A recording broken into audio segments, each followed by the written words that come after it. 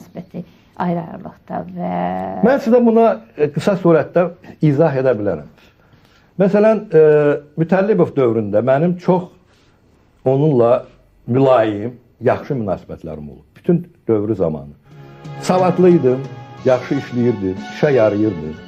Lakin mən Mütəllibov komandasının üzvü olmamışam. Mütəllibov məni özü işə götürməyibdir. Mən Əlcəzairdən qayıdanda mənə çox gözəl münasibət bəsləyən hörmətli Rafik Nişanoviç Nişanov, onda parlamentin sədri idi Sovet İttifaqında, mənə təklif etdi ki, səni kimi diplomatlar Qarbaçovun komandasında olması yaxşıdır. Lakin 20 yanvardan sonra Kremldə gedib işləmək, bu mənim ağlıma, xüsusilə mənim Əlcəzairdə etdiyim hərəkətlər, onun üstü açılmamışdı onda, indi açılıbdır.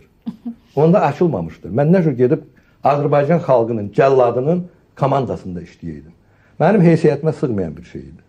Lakin mən Nişanovdan xahiş etdim ki, mən Azərbaycana qayıtmaq istəyirəm. Mən uzun müddət Mərkəzi Komitədə rəhbər işləmişəm. Sözsüz ki, yaxşı vəzifə istəyirəm. Mütəllibova bir zəng gələ ki, mənim bir vəzifə versin. Bu olubdur. Mən məsələn xalq cəbhəsi dövründə də yenə də mən cəbhəçi deyildim. Ona görə məsələn cəbhə mənə hətta vəzifə təklif edəndə Elçibəy mənə vəzifə təklif etdi, nazir vəzifəsini. Amma siz Elçibəylə bir yerdə oxumuşdunuz. Oxumaq öz yerində. Amma bir var ki, hakimiyyətə Elçibəy gəlməmişdi. Hakimiyyətə komanda gəlmişdi. İsa Qəmbər gəlmişdi, Arif Hacıyev gəlmişdi. Onların təyin edici Pənah Hüseynov gəlmişdi. Təyin edici kadrlar bunlar idi. Onların hamısı da məni qəbul etmək istəmirdilər.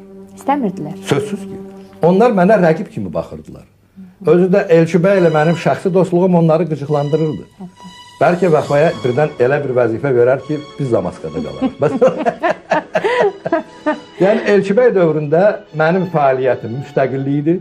Elçibəy tərəfindən dəstəklənən idi, lakin bunların heç birisi ilə bir işbirliyim yox idi. İndi o ki, qaldı 3-cü prezidentə. Mənim vəzifəm müşavir vəzifəsi idi və mənim vəzifəmdə deməli Heydər Əliyev qayda qanunu sevən adamdır. Yəni, o mənə özü telefon açdı, dedi, sənin vəzifən müşavir vəzifəsidir. Mən də səninlə müşavir kimi çalışmaq istəyərdim. Heydər Əliyevin gürultulu illəri idi. Sutkada 24 saat işlədi. Bəli, bəli. Gecə-gündüz özü də çox gərgin illər idi. O illərdə neçə adam partiyadan qovuldu. Neçə adam etdiyi səhvlər üstə, mən nə bilim, qəzetlərdə biabır olundu.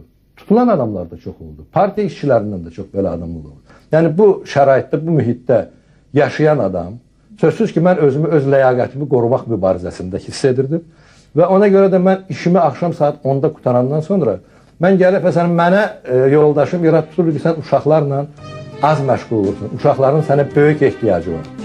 Bilirsiniz, mən uşaqlarıma vaxtımı lazımı qədər bilmirdim.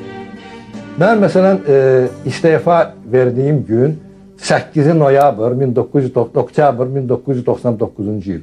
Bu mənim kiçik nəvəmin ad günü idi. Bəli, mən ondan sonra axşamı getdim onun ad gününü qeyd etməyə, amma neçə yaşı tamam olur bilmirdim.